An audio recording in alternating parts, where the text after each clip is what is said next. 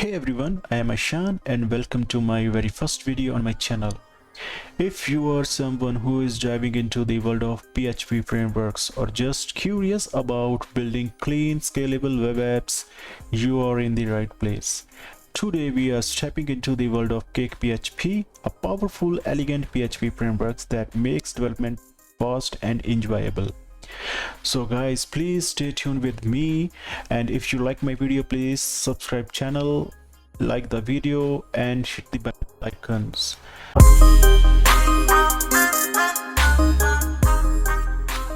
Okay, so before we installing the CakePHP, I just explained something like what is CakePHP and what is MVC. I don't think so.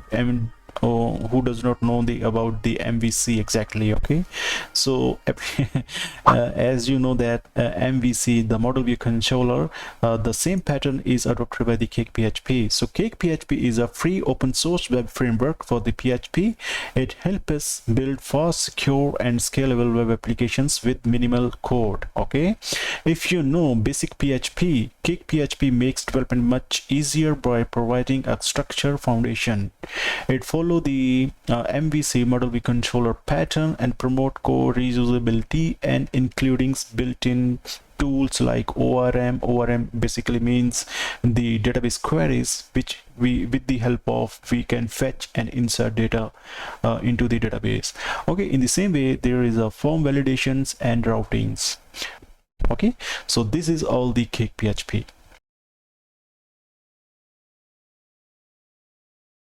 Here is CakePHP, CakePHP's official web page, cakephp.org, and here is the download button. Click on the download button and here is installation page. Okay, before the installation you can see there is some requirements which we need CakePHP, so make sure your system meets the basic requirements of the CakePHP. Okay, like minimum version of the PHP is 8.1 and higher because we are going to use a CakePHP here. Okay, so make sure all these requirements must be met in your system. Okay, just scroll down and here is create a CakePHP project. Just copy this link and yeah, there is a composer, so please make sure a composer installed in your system. Right, so just copy and open your terminal. Okay, I am using here a Linux, so that's why I called it a terminal, but in the Windows you can call it a cmd command or bash file. Okay, so just open the terminal and open your directory where you want to install. If you are a Windows user, you use a XAMPP server or web server. In the XAMPP server there is a htdocs files. You can type here the htdocs file, a path, then you must paste this link in here, and you can see there is the default folder name, my underscore app underscore name. Okay, so remove it and put and write here own name. So this is my first video tutorial, so I type here a first video tutorial and type enter, and here is starting the installation of the CakePHP. Oh, my internet is not working, I think. Yeah. Wait a second, man. I'm sorry, my internet is not working, but now it's working and you can see the installation is complete. Okay, so now they're asking the permissions. Just press Y, but by default it is a Y, so if you simply press the enter. Okay, so now CakePHP install, and now I type here a cd and our CakePHP where we install the first tutorial, and if I type here ls, and you can wait a second, ls, yeah, you can see there is CakePHP installed. Okay, so if I type here a bin cake version,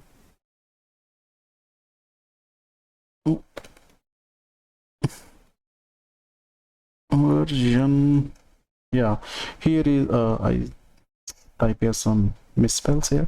Okay, so you can see there is a CakePHP's version 5.1.6. okay, so this is the latest version of the CakePHP. Don't worry, we will discuss all the commands in CakePHP when we read the console. Okay, so just open our fresh CakePHP install. First tutorial.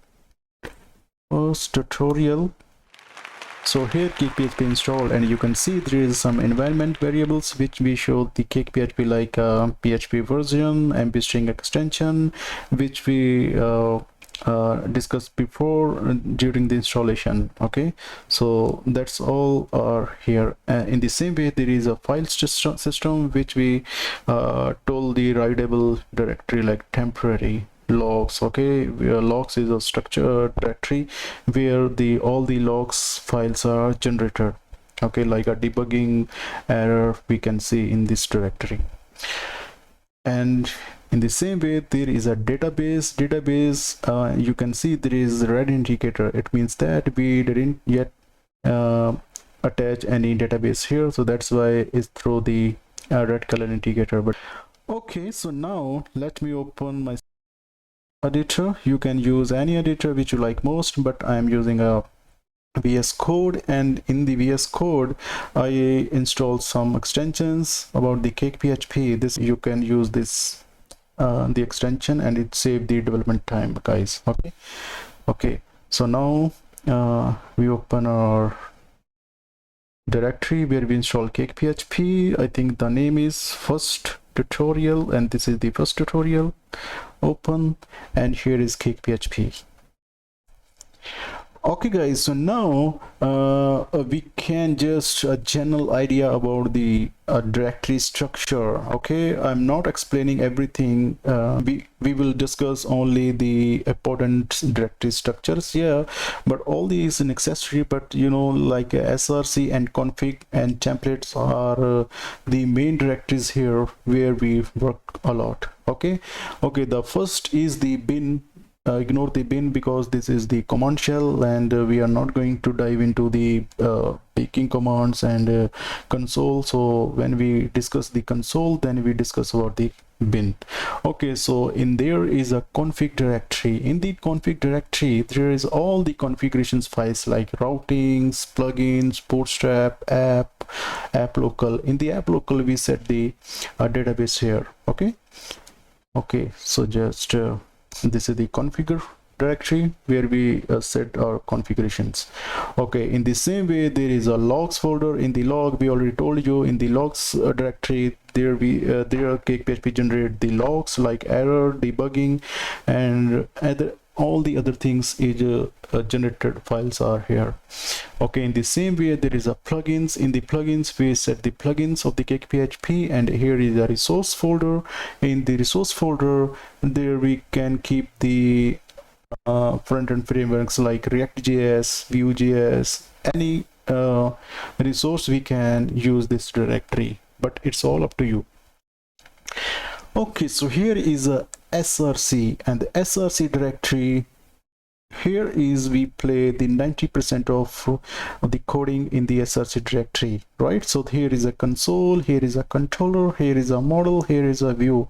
In the controller, as you understand, in the controller we create our own controller, and in the models we will create a table and entities are here. Okay, in the same way there is a views are helps for create a helpers and additional cells. So don't worry, we will talk about later what exactly the helper and cells are here. In the same way there is a console. In the console we can create own bake commands. Okay, so this is the src directory, and after that there is a template. In the template is basically the layout structure where we set on layout front end side like this. Okay, so all these things are kept in the template directory. Okay, in the same way there is a test folder. In the test directory there is some testing. We can run the unit testing. All the testings are here. Okay, so there is a temporary temp folder is say the cache sessions, all are here. There is a vendor is generated by the composer.json file. Okay, so same way there is a web root directory. Web root directory, guys, is a public folder where we keep the assets files like css, javascript files, and here is also a index.php file. Index.php file is the entry point where CakePHP requests first. Okay, so this is all the directory structure. Okay, so if I open now src and here is controller, you can see there is already some files are present here. The first is the PagesController.php file. The PagesController is by default controller provided by the CakePHP. Whenever we fresh CakePHP install, this controller will always be here. Okay, in the same way there is a app controller. App controller is the base controller. Here it's already extended with the controller. Okay, but app controller itself extended with the others controller in the CakePHP. Let me show you. Here is also error controller also extended with the app controller. So in the same way there is a pages controller extended itself with the app controller. Okay, and so in the pages controller there is a display method load this template here. Okay, so in the same way, if I open the template, in the template there is a pages folder. In the pages folder there is a home.php file, and these files load this old CakePHP's layout here. So it's all come from there. Okay, so if I generate here own file, let's suppose if I want to type profile, if I create here a profile.php file, profile.php, and make a div tag. In the div heading tag say hi CakePHP, and if I type here pages is the controller, and then we have to define the name of this file. The file name is profile. So boom, you can see there is a CakePHP, hi CakePHP. It comes from our profile. Okay, so in that way CakePHP works. But don't worry, I will discuss in the next video how can we call a particular controller and particular method in the CakePHP. Okay, if I open the config file, as you mentioned before, the routing in the config file there is a routes.php file.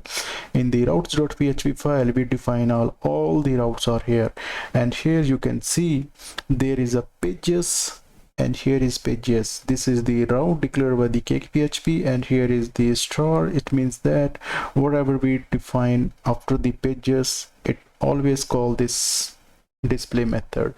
In the same way there is a base path, and the base path we also load the pages controller, and pages controller call the display method. And you can see in the pages controller there is only the display method. Okay, so when we call the pages controller, always this method is executed, and after that the executor, you can see there is pass the argument in the method, and this method fetch this from and the URL profile, and it searching in the directory, and if they found that a particular directory in the this template, then it show on the browser. If I type here